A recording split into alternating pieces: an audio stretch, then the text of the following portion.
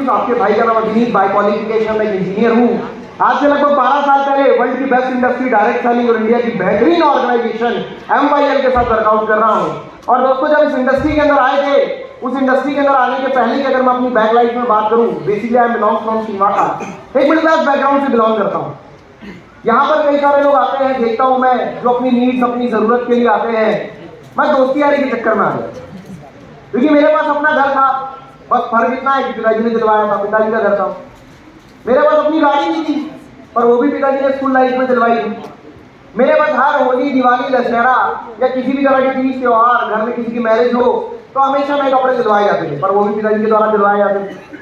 जेब में अक्सर पैसे होते थे, पर वो परिवार से पॉकेट मनी के लिए मिला करते थे। लाइफ ठीक ठाक चल रही थी। मन में एक सपना लेकर के मैं भोपाल शहर के अंदर आया। इसी भोपाल शहर के अंदर यार एक बार इंजीनियरिंग कंप्लीट हो गई, या मैं इंजीनियर की नौकरी करूंगा या सिविल सर्विसेज में जाऊंगा, ये सोच मैं लेकर के यहाँ तक आया।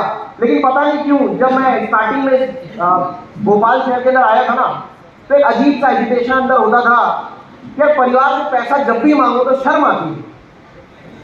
क्या होता है ना, बाप की कमाई पे लोग जीते हैं और अपने आप को फौलाद करते हैं।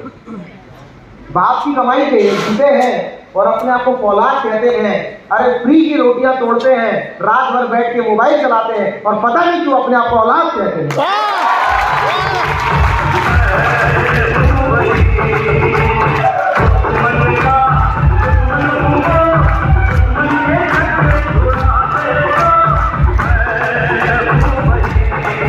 और ऐसे ही लोग भोपाल शहर में मिलते हैं। मतलब इनके लिए मैं अक्सर कहता हूँ,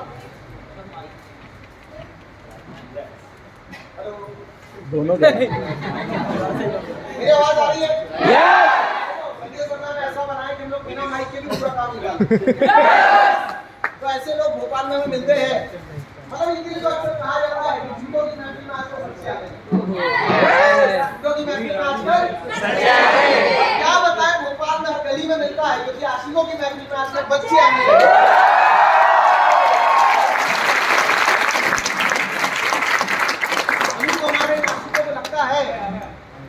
हमारे नाशिकों को लगता है कि इनकी खूबसूरती बढ़ गई। हमारे नाशिकों को देखकर लगता है कि इनकी खूबसूरती बढ़ गई। अरे खूबसूरती नहीं बढ़ी है लल्ला, दिक्कत इतनी सी है कि मोबाइल के कैमरे आजकल बड़े अच्छे आने लगे।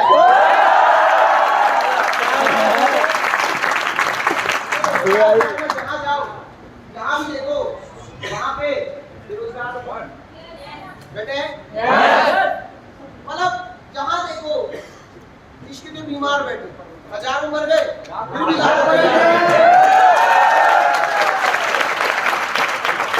जिंदगी बर्बाद करते हैं आशिकी के पीछे। और किसी ने पूछा क्या हुआ कल, अल्लाह से बोले क्या बताएं, हमारी कॉलेज लाइफ में हमें नेटवर्किंग मिल गई थी, इसलिए बेरोजगार में।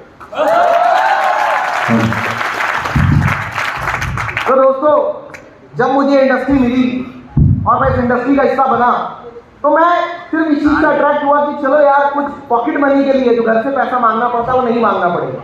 और इतनी सी सोच के साथ दोस्ती यारी के चक्कर में इस इंडस्ट्री में आ गया। मतलब गुरुजी ने एक बात बोली कि प्रमोद सर ने कहा कि तू मेरा यार, मैं तेरा यार, ला 10-15 हजार।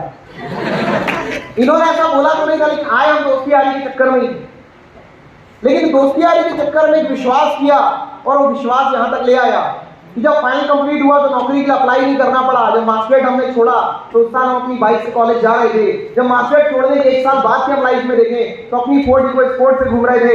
उसके अगले साल में फॉरेन टूर हिट कर चुके थे। और आज पिछले 8 सालों के अंदर कोई पूछे कि क्या करियर बनाया है आपने इस इंडस्ट्री में, तो मैं एक ही बात बोलूंगा कि इस इंडस्ट्री से एक स्टूडेंट लाइफ के अंदर जो व्यक्ति सिर्फ सोच रख पाता है, कभी अचीव नहीं कर पाता, वो इस इंडस्ट्री से अचीव किया। 1 करोड़ से भी ज्यादा इस इंडस्ट्री से कमाया।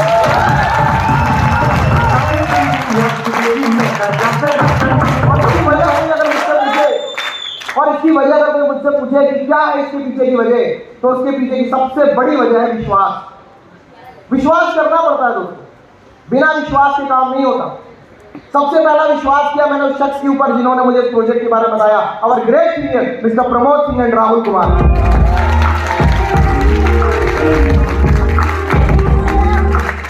विश्वास किया मैंने जब रविंद्र गोयशी सर मेरे बड़े भाई की तरह उन्होंने हाथ पकड़ा, हमें चलना सिखाया इस इंडस्ट्री के अंदर।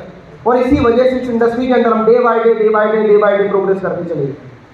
जब पहली बार मौका मिला संजय सर को सुनने का। आप मतलब ये लगभग 2010 की बात है, हम सूरत गए हुए थे और गुजरात में पहली बार संजय सर को देखा और उस दिन पहली बार विश्वास को एक नई दिशा में दी। और हमने एक ही चीज सोची कि यार इस इंडस्ट्री के अंदर कामयाब अगर होना है तो एक बार इस गुरु के सानिध्य में जाना है।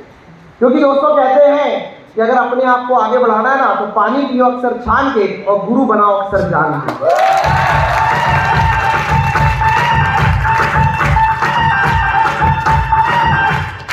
शुरुआती 4-5 सालों के अंदर जितने भी लोग मिले जिन्हें हम गुरु मानने की सोचते थे वो अक्सर काम छोड़कर भाग रहे थे। जिनके बारे में भी सोचो कि चलो अब इनके साथ काम करते हैं, अब ये हमें सिखाएंगे बिजनेस क्या होता है, कैसे बिजनेस में आगे बढ़ते हैं, वो लोग लगातार काम छोड़कर भाग रहे थे। लेकिन 4-5 सालों के अंदर इतना देख लिया कि एक ऐसी शख्सियत, मतलब जैसे कि क्रिकेट के अंदर सचिन तेंदुलकर, जिस तरह से फिल्म इंडस्ट्री में अमिताभ बच्चन, वैसे ही डायरेक्ट सेलिंग इंडस्ट्री के अंदर mister Sanjay Dhiman, missus Sanjay Dhiman and also TS Dhiman.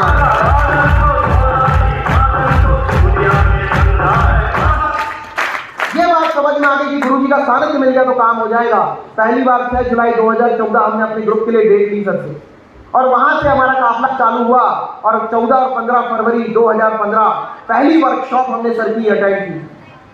ऐसी ही वर्कशॉप की पूरे इंडिया के कोने से जहां जहां हमारा ग्रुप काम करता था, जिन 19 स्टेट में आज हमारा काम है, 19 स्टेट से लोग आए हुए थे और वहां पर हमने पहली बार देखा कि डायरेक्ट सेलिंग का सैलाब क्या होता है, नेटवर्क इंडस्ट्री के अंदर बेसिक क्या होता है, एक जीरो से लेकर हीरो तक का सफर कैसे तय किया जाता है। और ये बात हमें रियलाइज हो गई कि अब अगर हमने इसे शुरुआत कर दी है और जिस तरीके से हमने डिसीजन लेकर काम करना चालू कर दिया तो आज आने वाले समय में मुकाम हासिल हो गई होगा। उस प्रोग्राम के अंदर 2 लोगों ने कैप अचीव की थी, एक आपके सामने खड़े हैं मिस्टर विजय अमर, एक बार शानदार तालियां हो जाए।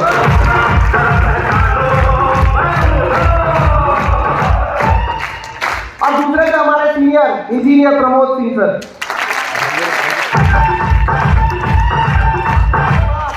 उसके बाद तो जो जन सैलाब आया तो आज इंडिया के अंदर कोई भी बच्चा अगर डायरेक्ट सेलिंग को जानता है तो ये गारंटी है कि वो डेस्टिनी क्रैकर ग्रुप को भी जानता होगा। चाहते हैं कि आप यहाँ पर पहुंचे, चाहते हैं तो दोस्तों आपको डिसीजन लेकर जाना पड़ेगा, विश्वास करके जाना पड़ेगा।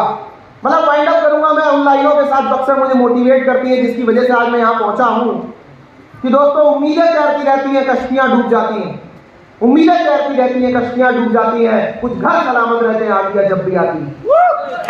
बचा ले जो हर तूफान से उसे आज कहते हैं और हमें जो यहाँ पर आगे बढ़ाएगा उसे संजय धीमान कहते हैं।